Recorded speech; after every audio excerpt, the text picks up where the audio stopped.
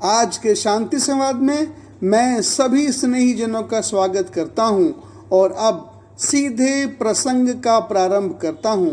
पिछले भागों में भाग 1 से भाग 14 तक मैंने जितनी बातें कही हैं, पहले उसका सारांश समझ लें। यह सारांश मैं पॉइंट वाइज या क्रमवार कह रहा हूं। पहला, भारतीय लोकतंत्र एक असफल लोकतंत्र है। दूसरा, भारत में लोकतंत्र की सफलता के लिए शिक्षा, स्वास्थ्य, कृषि, उद्योग, विज्ञान, सैन्य शक्ति, मातृभाषा आदि मुख्य विषयों पर उतना ध्यान नहीं दिया गया जितना ध्यान दिया जाना चाहिए था।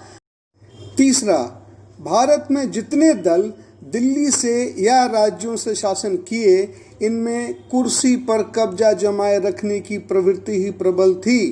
पक्ष और विपक्ष दोनों ही तरफ के दलों को जनता के विकास से कोई मतलब नहीं था।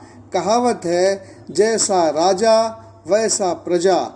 इसी वजह से कुर्सी पर कब्जा जमाए दलों ने प्रत्येक संस्थाओं को पिंजरे में तोता की तरह कैद रखा, जिससे सरकारी विभागों से भी काम नहीं हो पाया। पांचवा, भारत आज़ाद होने के बाद भी अंग्रेजी और अंग्रेजियत के आधार पर ही चलता रहा, जिससे प्रत्येक मातृभाषा अंग्रेजी की नौकर बन गई।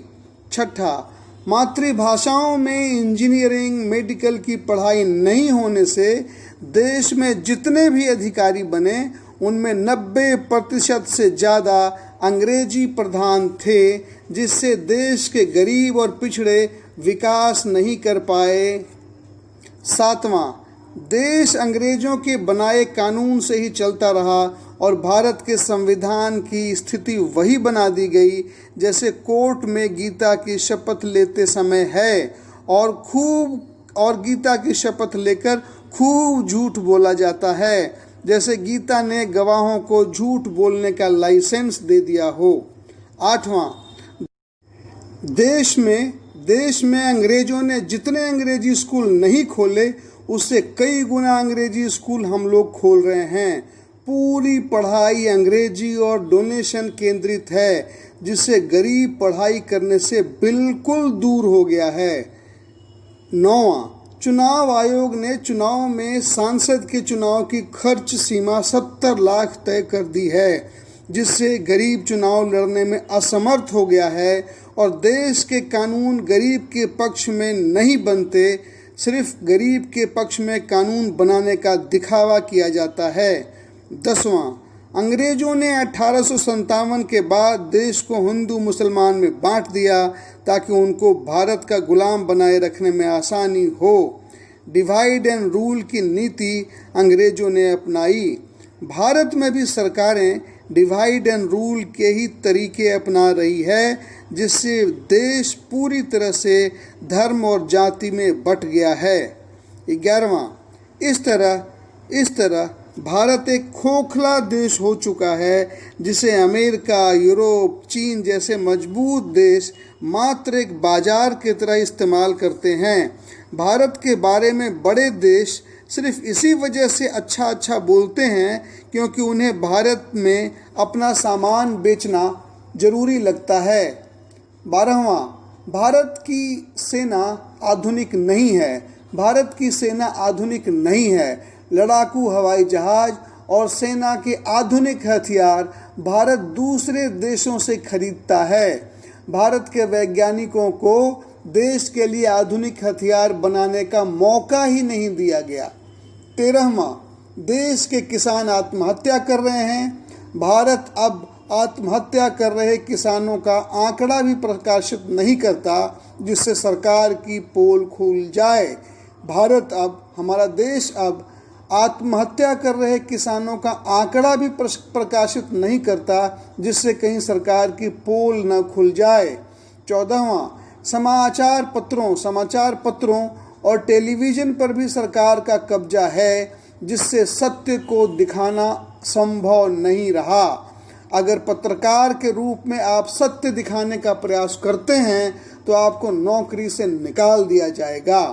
15वां, भारत की आज़ादी के पहले भारत की आज़ादी के पहले, महात्मा गांधी ने आज़ादी के बाद भारत में राम राज लाने की बात की थी, पर आज़ादी के बाद राम राज का नाम लेने वाला कोई भी नेता नहीं रहा, कोई राम राज की चर्चा भी नहीं करता। 16वां, तंग आकर बाध्य होकर समाज की बेहतरी के लिए समाज में राम राज लाने की बात सामाजिक स्तर पर ही सोची गई, क्योंकि सरकार को इससे कोई मतलब था ही नहीं, इसलिए राम राज लाने का निर्णय समाज के कुछ लोगों ने ही किया। 17वां, देश में साधु संत राम कथा कहते हैं, जनता सुनती है, पर राम कथा के आधार पर राम राज निर्माण की चर्चा नहीं होती, इसलिए धर्म कर्म में बदलता नहीं और जनता का जीवन, जनता का संस्कार पुण्य में नहीं पाप में ही बना रहता है। इसी वजह से यह ध्यान में रखा गया कि कैसे धर्म कथा के साथ ही राम कर्म भी हो, जिससे राम राज निर्माण की बात जनता में प्रसारित की जा सके और समाज द्वारा खुद ही अपने स्तर पर अपने गांव को उसी प्रकार से ग्राम धाम बनाया जाए जैसे श्री राम जी ने अपने जन्मभूमि अयोध्या को राम धाम बनाया।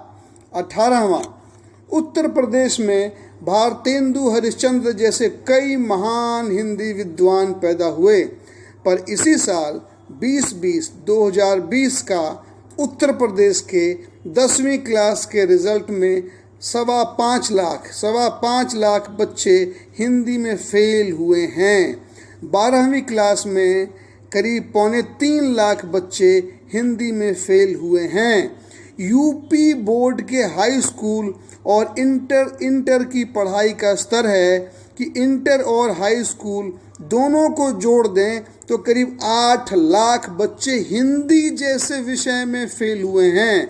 उत्तर प्रदेश की भाषा हिंदी है और वहाँ 10वीं और इंटर के रिजल्ट में 8 लाख बच्चों का हिंदी में फेल होना, यह तो कितने बड़े शर्म की बात है, आप खुद सोचें। यह देश के सबसे बड़े राज्य में पढ़ाई का स्तर और वह भी हिंदी में बताता है। आप खुद ही सोचें इसके बारे में। कोई भी शब्द, चाहे मैं शर्म कहूँ या कुछ भी कहूँ, कोई भी शब्द इसको डिस्क्राइब नहीं कर सकता। यह दुखद है। 19वां, ऐसे माहौल में जहाँ चारों तरफ के हालात बहुत ही कठिन हैं, देश में शिक्षा की घोर अनदेखी हुई है, जिससे समझदार लोगों को जोड़ने में भी परेशानी है। यह सोचना जरूरी हो गया था, ऐसे हालात में यह सोचना जरूरी हो गया था कि राम राज निर्माण की बात गांव, गरीब, किसान, मजदूरों से की जाए, क्योंकि जो पढ़े लिखे नहीं समझ रहे, क्या पता वही बात गांव के सरल सहज लोग आसानी से समझ जाएं। बस इतना ही इस संवाद में कहना चाहता हूँ।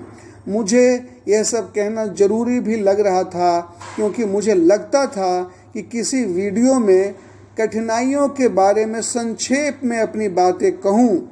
इस वीडियो में उन्हीं कठिनाइयों की चर्चा मैंने की है। आज आप सबों से इतना ही बात करके अब मैं अपने शांति संवाद को यहीं पे विराम देता हूँ।